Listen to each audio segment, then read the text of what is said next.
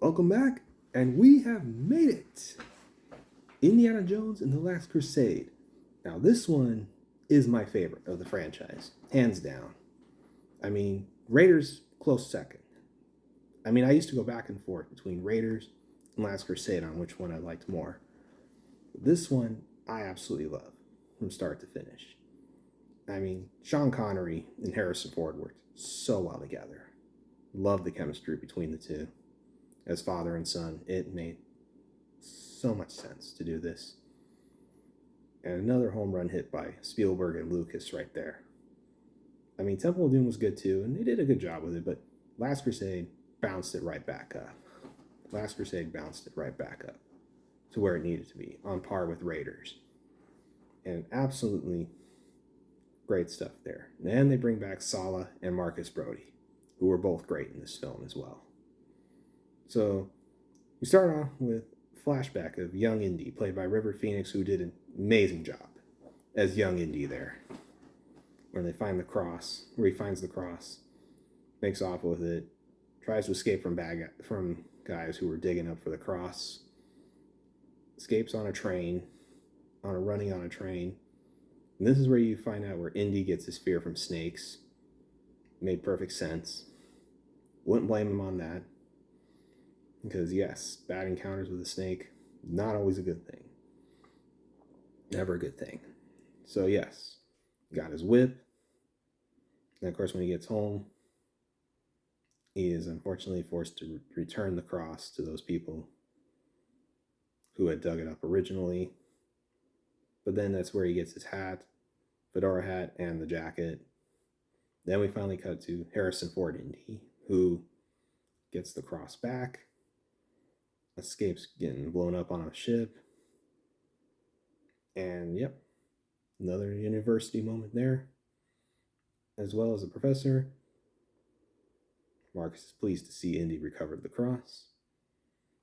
And yep, I love when he escapes the university through a window so no one sees him coming out. That was just brilliant there. Then, of course, he meets Walter Donovan, who tells Indy they've been looking on a search for the Holy Grail.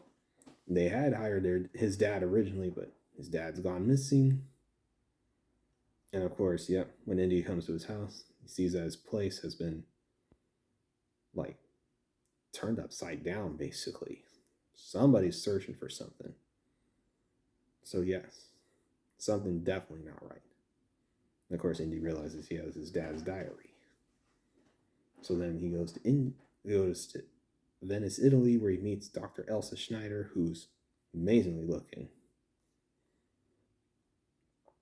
So him, her, and Marcus Brody go for clues of the Holy Grail, and they find where the tomb is. And sure enough, Indy and Elsa go through a horrid place where rats are, find the tomb, recover the clues to it, and there you go. And of course, there's people trying to keep the secret of the Grail safe, so they escape getting blown up. Then a big boat chase in Venice, leading to them almost getting their boat destroyed. And of course, one of the guys was nice enough to reveal where Indy's dad was. So Indy and Elsa set out to go find Indy's dad. And of course, the scene where they get into the castle is funny. It is just funny. One of the greatest quotes, where Indy is pretending to be looking for the tapestries. This is a castle, and we have many tapestries. But if you are a Scottish lord, then I am Mickey Mouse. How dare he? Bam. that just cracks me up every time. So that's another reason why I like Last Crusade more too. Is there's a lot of good humor in it. So of course Indy reunites with his father, and the whole junior thing was just great. And Indy's like, "Oh, please don't call me that." I mean, those moments were great. And then of course when Indy shoots up some Nazis, and he says, "Don't call me Junior." And his dad looks, he's, "Look what you did."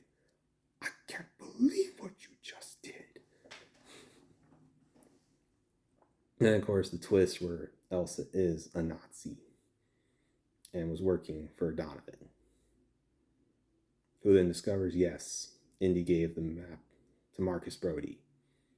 And of course, Marcus Brody meets Sala for the first time. And of course, Marcus gets captured. So then we have a big escape scene with Indy and his father. Escape being tied up and fire. Then they escape the castle with a big motorcycle chase. And Indy like does all this killing and all that. Like sticks a flagpole basically in the wheels of Nazi motorcycle, causing it to flip and all that. And Indy's all smile happy, but his dad's all like not happy whatsoever. So they go back to Berlin to retrieve the diary. And of course, Indy gets awkwardly autographed from Adolf Hitler. I mean, that's crazy. That's crazy. And then we'll get to the Zeppelin. I mean, that whole no ticket thing was funny too. And then, of course, Indy's father shooting at the tail of the plane and saying, "Sorry, son, they got us." And then, of course, we get to Ankara, and then all of a sudden onto the beach, where Indy's father uses his umbrella to use the seagulls to attack a plane and take down a plane. I mean, that only Sean Connery could come up with that. I mean, that was just brilliant there. It was actually funny.